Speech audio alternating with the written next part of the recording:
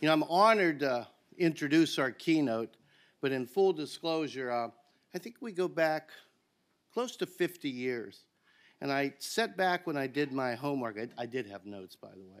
And when I look back over that, I think it's an interesting journey that Mr. Evans has been on, that he was a entrepreneur for years, a corporate entrepreneur, and today he's a traditional entrepreneur, which sort of shocked me that he was going to join this crazy world that we try to create here at CMU. You know, as an entrepreneur, he spent 30 years at CMP Media. And over those 30 years, I got to know him as the man with the Midas touch.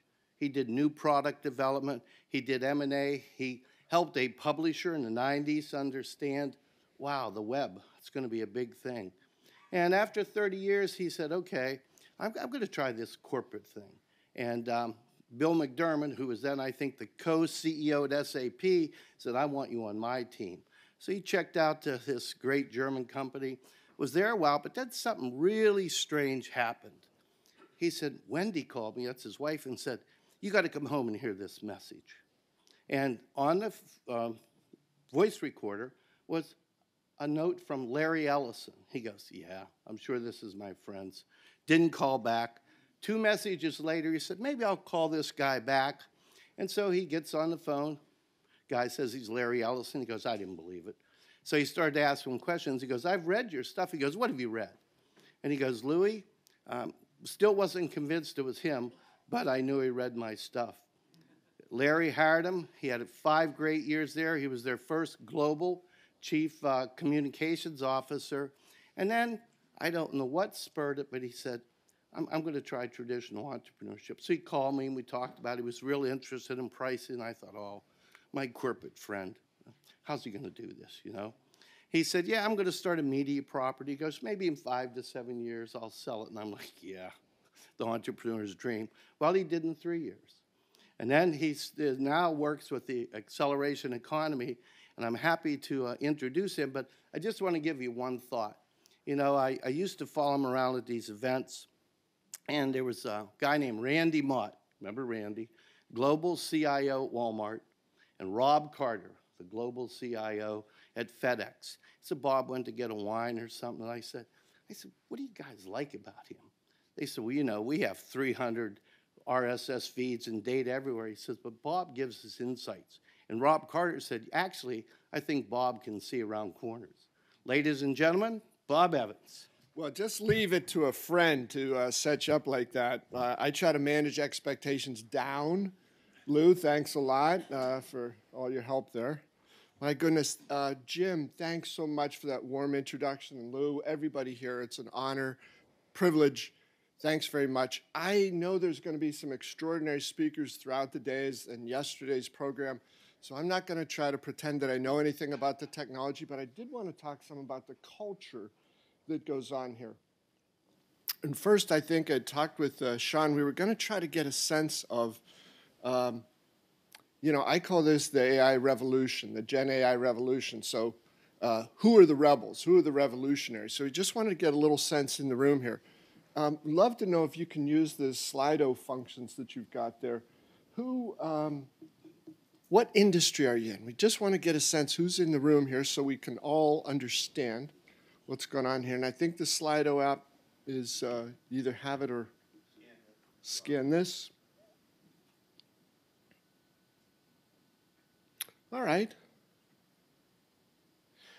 I see we've got this new industry here, AI in construction. It's health tech, medical. Great stuff, great stuff.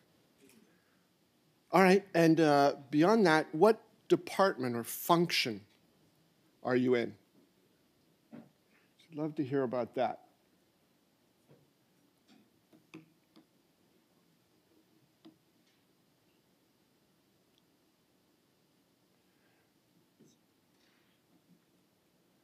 All right. Legal. I got a legal joke coming up. I'll be careful on that. And then finally, could we share, please, your title? We want to get a sense, because I think this AI revolution here is touching every level of the organization. It's not being seen as something as well. It's just sort of for the, the IT organization. All right, right there, look at those handful. Incredible. Grand Poobah.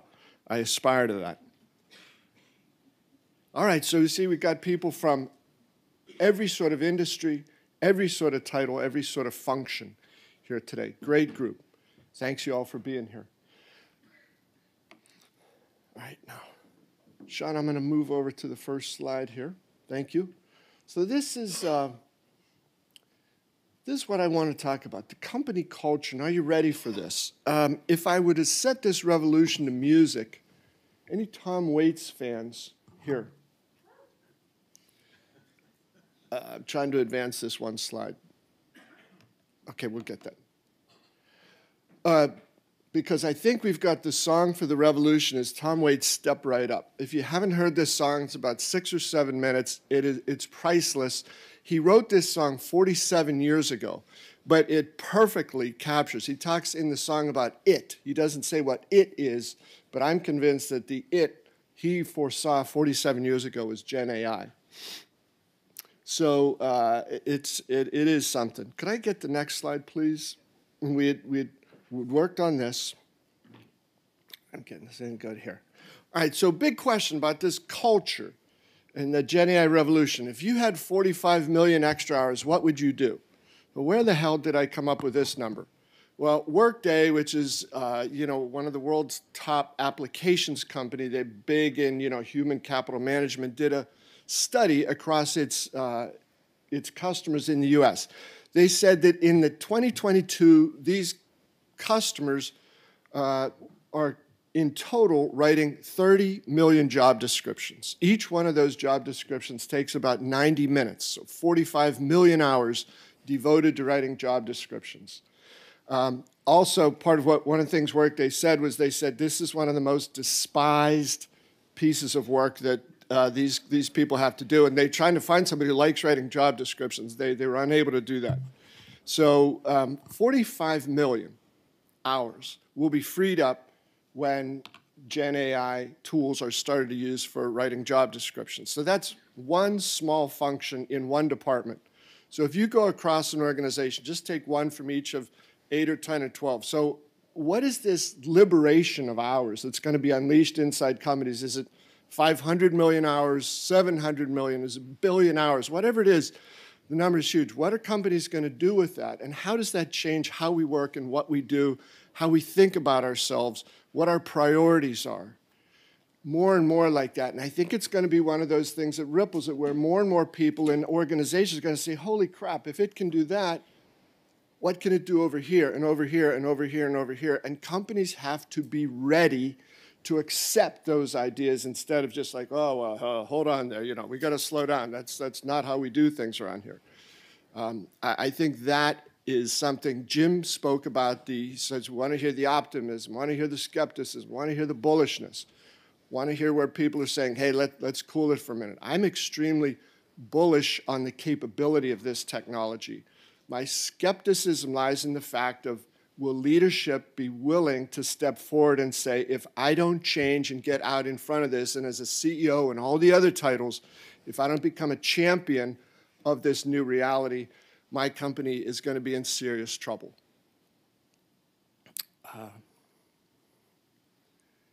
So over here in the circle, it's extraordinary, the number of CEOs, not in the tech industry, but all over there here talking about, oh, we've got our large language model committee underway here, and foundation models, and we've got natural language processing tests underway and all that. And I think those are all fantastic. Those are the big technologies that are happening, and they are truly world-changing. As Lou, who gave away a lot of my deep personal secrets up here, I've been doing this a long time. I have never seen in the technology, from the personal computer to the internet to mobile, anything else, I have never seen anything hit with this level of urgency, immediacy, and end-to-end impact.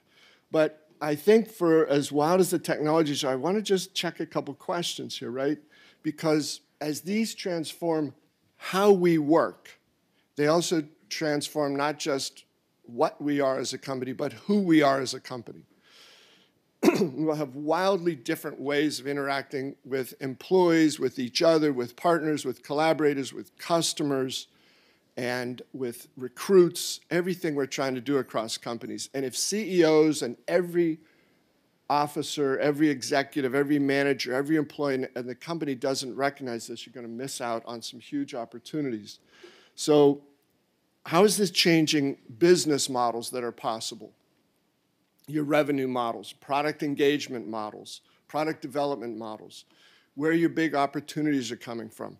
Who is it we need in this company? What sort of talent do we need? How do we give people the skills and the training, the exposure, the collaborative opportunities they need to go forward on this? I think these things about, it changes the value that companies create. So if it before was a thing or a service, what is it going to be when the expectations of the customer are very different and the capabilities of our companies are very different? And maybe one of the biggest of all these questions is the one at the bottom there. As these changes hit and we change the nature of who we are and what we do and where we work in response to or in pace with what our customers' expectations are, what business are we in? Because a lot of times you'll hear leaders in companies, officials of companies say, oh, hey, you know, that's an interesting area, but that's not what we do. That's not our business. And I think that might be the single biggest challenge that companies face today, that willingness and eagerness to shatter that type of idea.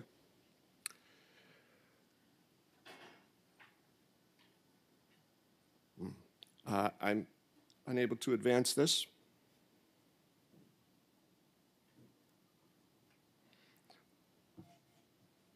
All right, so who the hell is this guy up here on stage talking, and where do his ideas come from? One of the fun new things that I did several years ago that Louis talked about, I started this idea. I've covered what I think are the 10 biggest cloud vendors in the world. I try to see it from not the technology point of view, but from a business and customer point of view, what they're doing and how well equipped they are to deal with the changing business world. I have never seen this group of companies, which represent $6.3 trillion in market cap. I have never seen companies of this size, this scale, move as quickly and with as much focus and intensity and purpose as they are as they switch to not just AI, which they've been doing for a while and is incredibly important, but as they switch to the GenAI thing. Every single one of these companies, and that's, again, the impact they can have with the $6.3 trillion market cap combined, customers around the world in every industry. I have never seen anything like this. So it is possible that all these companies are deluded, and this is all just a bunch of, fuddy-dud hype, that it's all a bunch of nonsense. I don't think so. And I think the risks to businesses, to leaders who choose to say, I'm going to wait this out for a little bit. I'm going to wait and see what so-and-so does. I think these are existential risks these days.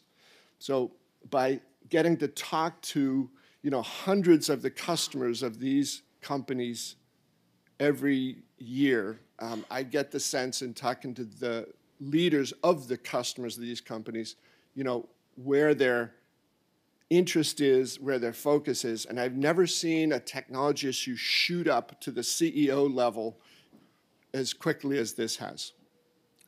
So I would say if anybody has any doubts or thinking, this is just a flash in the pan, it's a lot of young people here. Is it young people? Everybody know what a hula hoop is? I was going to say the hula hoop phenomenon, but It's like when I tell my kids, I said, yeah, make me sound like a broken record. They'd give me the, I said, well, it's the size of a telephone booth. They'd, So anyway, I always got to watch my metaphors from 50 years ago. So how do we change inside organizations to become one of the companies that a few years from now everybody say, holy crap, did they get a fire lit under them? Look what they're doing now. Look at the innovation. Look at the growth, the success, most admired. They're getting talent from places around the world that they never could have done before. What the heck happened to them? Well, I think part of the recognition is across the C-suite, and it's across the organization, of course, but particularly among leaders. I have tremendous respect for chief human resource officers. So what I'm about to say, I don't mean this in any sort of a negative way, but in some companies, they're sort of regarded as, okay, that's back office, that's, they help arrange parties and stuff like that, which is a terrible waste. I think it would be hard to come up with another example of a more strategically vital position over the next few years than the Chief Human Resources Officer. Because if one of the big things we say about the best, most appropriate use of AI and GenAI is augmenting what people do, could you see a point in the future when this job becomes, the Chief Human Augmentation Officer? And I don't mean that really literally, but one of the reasons I think CHROs are misunderstood sometimes is it's such an awful title. People, but who came up with this term, human resources? We ought to find that person and make him or her, get the ridicule and scorn they deserve. They're people, human beings, and I think we're going to see the change in what these folks do. How do you hire in this world where everything is changing rapidly, profoundly, and with a speed that I think is going to stun some of us?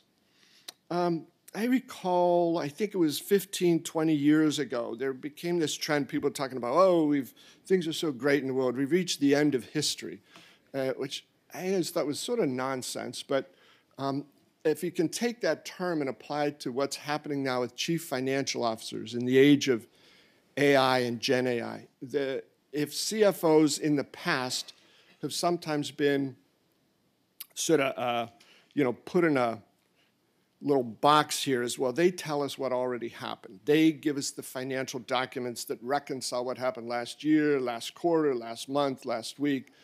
I think Gen AI is going to flip that, and the biggest focus of what CFOs do will be what is coming. Where do we create value? Where do we unlock value? Where do we unleash value? How and where do we invest most appropriately? And I think the end of CFO as historian is upon us. And if you step over into the CEO office, right? Now, again, I could be wildly wrong on this, but should the CEO's #1 priority today being creating an AI-mindful culture? And by the use of the term mindful, I don't mean like, let's all sit around and tell nice stories to each other, but if the CEO doesn't lead these sorts of changes in companies today, it is not going to happen either as deeply or as rapidly or as effectively as it needs to. And a terrible mistake will be made. I think that's a huge opportunity to be missed. This changes, how we work, how we compensate people, who we hire, how we work together, how we innovate, how we go to market, how we think, how we present ourselves to the world. And if that's not a CEO level job, I don't know what is. I got a couple more things to share with you, and then I'd love to hear your questions, and we can have a discussion and bring some intelligence to this conversation. The scope of change is wild, but I want to keep repeating this notion, the speed with which this will happen. And I've got two executives from the technology industry up here. Charles Lamanna is a corporate vice president at Microsoft. I think he's 34 years old. He looks like he's 24. Brilliant guy, incredibly successful. He leads their business applications and the deployment, really, of AI across much of what Microsoft is doing. He said that 12 months from now, he said, AI will be the primary way that people interact with computers, with technology. 12 months. And he said, compare that to the cloud. He said, it's been 12 years. And he said, for all the incredible advances and progress we've made with the cloud, it's still a tiny fraction of IT investments. So we're seeing an incredible exponential change in the speed with which this will happen. So from somebody in his 30s to Larry Ellison, who's almost 80, he's got the mind, though, of a much younger, vibrant person. He's just said about this, I have never experienced anything like this. And he said it is absolutely stunning. And Oracle, at some point, of course, does have a vested interest in seeing this come about. But at this point in his life, I don't think Larry Ellison is out to try to spread a lot of FUD here. And again, I'll just bang this one point one more time here. This is not something to sit by and wait and watch and see what happens, and let's set up a committee, and then we'll do a 6-month trial and something else here. So let me just mention a couple things about that. You know, objects in the mirror larger than they appear because they're coming at you faster than you expect. So I would say if you're doing some tinkering, start testing. If you're doing some testing, start shipping. If you're shipping stuff with AI in them, start expanding that. And if you're not doing any of these things, update your resume. This is a no forgiveness point in our lives and in the business world. As an example here of this, and I think this tremendous organization, the Corporate Startup Lab, this is sort of emblematic of it. I was chatting with a gentleman named Karsten who works at Bosch. I thought, geez, here I am talking about Siemens. He works at Bosch. But Karsten said, no, I actually started at Bosch. It's okay. So, or at Siemens. I'm flipping them around. But Siemens has been around for 176 years. And, you know, an extraordinary industrial company. And they're changing in these past few years faster than at any time in their history, and that is being led by their CEO. There's a very interesting video, saw it on LinkedIn, a conversation between Roland Busch, the CEO of Siemens, and Satya Nadella, the CEO of Microsoft. They chat for about 8 or 10 minutes. And one of the things that struck me in this is not only the way that Roland was talking about the mindset inside Siemens and how that is changing, but the nature of Siemens' relationship with its technology partners. Because Siemens is not just consuming technology from Microsoft, they are buying technology from Microsoft and others that is turning Siemens into a software company. And there's 176 years old, right? They probably had to unlearn a lot of stuff along the way to do this. But this is happening across every industry, every type of business, every part of the world. The businesses and this Gen AI thing is just going to turbocharge this. I can't just be a consumer of software other people make. I've got to become that. It's one of the ways to become a truly data-driven company. It's one of the ways to become the digital version of yourself that you need to be most successful. And he talks about these things, you know, autonomous coding, radically changing the interface that humans use, but supercharging their engineering platform. But the two things at the top, I want to close with this, where he says labor arbitrage in today's market, he said, it's severely broken. And if you try to work through the challenges of today with labor arbitrage, not enough talent at any level, certainly not enough talent in the most skilled levels. He said there's got to be a different way, and technology can leap into that breach. And the other point I thought he made there, that number 2 up there, about incrementalism. He said efficiency's great, everybody likes that. Productivity, that's great. He said, but you can't just think about doing what you did in the past a little bit better into the future and hope that that will allow you to succeed. He said that is a step toward failure. Before I close, I've talked here about, you know, AI and the ability to augment human beings. And this wonderful group here, and everybody in this audience is special, but I want to recognize one particularly special person. He's a PhD graduate from Carnegie Mellon. He's had a long career at the University of Pittsburgh in the business school, where he's augmented the intelligence for a lot of people. He happens to be my hero. Along the way, he also became a lieutenant colonel in the United States Air Force, undefeated boxing champion at the Air Force Academy, my big brother, Harry Evans.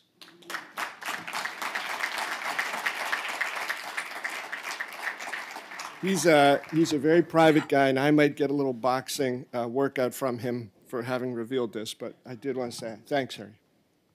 Okay, so enough of my hallucinating.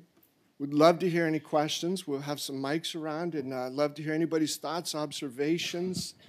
You know, what do you see what's going on? A couple people with mics, please raise your hand. We'll be happy to get your questions. Should I go Over first? here. First of all, thank you. Great presentation. Thank Appreciate you. it. Really curious, I've been around for a little while too, right? Every 2 to 5 years, some technology comes along that's going to be the biggest thing we've ever seen and change the world. The only one in my lifetime, I think, before this was the internet. What makes you believe that AI is not blockchain, is not something else that's going to fizzle out? Yeah, bubble memory. I think, again, there's probably 100 different answers on this. I believe that from the research I've done, the first public mention of artificial intelligence was 1956. So it's been around for, what is that, close to 80 years. And it was, for most of those 80 years, as inaccessible as Pluto, right, or as the stars, because it was something locked away in big research labs. The cloud has become the perfect delivery vehicle.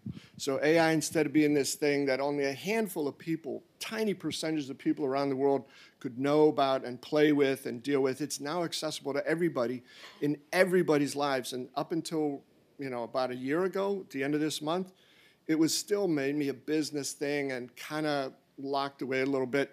The explosion of things from ChatGPT 12 months ago and other stuff like that, it is touching young people, school-age children, professionals, every sort of field. They get it, they love it, they see the power of it. And I think from some of those numbers, right, if there's a technology that could help unlock, forget the 500 million hours, say 50 million, I think people would swarm that. So it's because of that, the ubiquity of its touch and impact and its reach, I think is a huge reason, but also the fact that I think it's directly tangible to individuals how this can make me better at my job, better as a student. I get more choices in life. I enjoy it more. I don't have to do the stuff that's, on the one end, soul-crushing, to the other end, boring. And I think it is ultimately going to be a quality of life enhancer. Other question? Oh, man, come on. This is the speaker's ultimate curse. No question. It's so. Take your shot. Morning, Bob. Hello, Stephen. As a former CHRO, I appreciate the top line value that you give to the position. But you're absolutely right, and it's really not a question. But too long, corporations have looked at the human resources people department as really just, what did I do wrong, or what can I not do wrong, and let's go forward, and how's my payroll running? It has to be a strategic opportunity, and if people aren't seeing that, they really are missing the boat. Having said that, are you seeing that change in major corporations of really the chief people officer, I will use your term, becoming more of the person at the table as opposed to warding off problems that somebody else created? Yeah. How many vacation days do I have left? Can you tell me? Yeah, Steve, it's a great point, and what I think I feel like, who is that? Who is the guy? Old timer. He had to push the rock up the hill, and Sisyphus. Yeah, I think CEOs sort of have that ball up at the top of the hill, and they're at a turning point now where they can either address some of these issues about CHRO, CFO, what are these new capabilities, and lead by example, and the ball's going to go down the hill and everybody's going to be happy. Or they're going to say, this is a back office function. People's a back office function. Then that ball's going to come down and flatten them, and they're just not going to have it. So I think, Steve, again, the executive from Microsoft I talked about, again, he has no vested interest. Their sales are exploding, as are all the AI sales for those 10 companies I showed up there. But he said this is going to happen in 12 months. And I think his point is you have a choice. We all have a choice. We can choose to sit and hope that everybody else will sit on their hands the way I'm sitting on my hands, or we can get out in front of this. So my belief is if everybody says this, people are our most valuable asset. Well, okay, here's a chance to do something about that. And I don't mean, pay CHROs more, chief people officers more. It isn't that, but get them involved in ways to have impact in the organization. Because across sales, marketing, service, engineering, product development, every part of every company, they are screaming, I can't get enough good people. And if you couldn't, for the last 12 months, just think what it's going to be like in the next 12 months when everybody says, oh, I got to go find the prompt engineers, the 400 of them that exist in the world. Well, it's much, much more than that, because it's going to change how every person in every department, in every function, in every company works. So it isn't just the chief people officer that does that, but they can have a huge impact. Or in the absence of any change, they can have no impact. And my concern about that would be, do you want to work at a company that has that approach? Like, this AI stuff is cool, people go get it on their own. We've done fine, recruiting from the same pools for the last 20 years. We'll be okay. New employees love us. Look at the survey from 2017. We got our highest marks ever. And I think that stuff, just take a knife and go like this. It's suicidal to, I think these days, to pretend that the impact of this new technology is going to be isolated in certain pockets. So I think it is both, I don't want to roll back down and smash me, but the other thing is, man, if I can get over that hill, we're going to go on an adventure unlike anything we've ever been on before. And that's where I think the optimism in front of this can happen. Yes, we got a question over here. And could I just ask, sir, before you start, Sean, how are we on time? 3 minutes. Is this something that can be trained, and in both examples, the historical CFO who now needs to be a visionary, or the personnel officer who maybe loves administering benefits, now needs to have a vision for people's changing roles? It seems like that'd be very difficult to, as a smaller kind of family-owned business, I can't really take my controller and say, hey, you need to start looking ahead. The guy's not wired to do that. Or the same thing with our human resources officer. So I guess what tangible advice do you have for smaller companies confronted with this issue?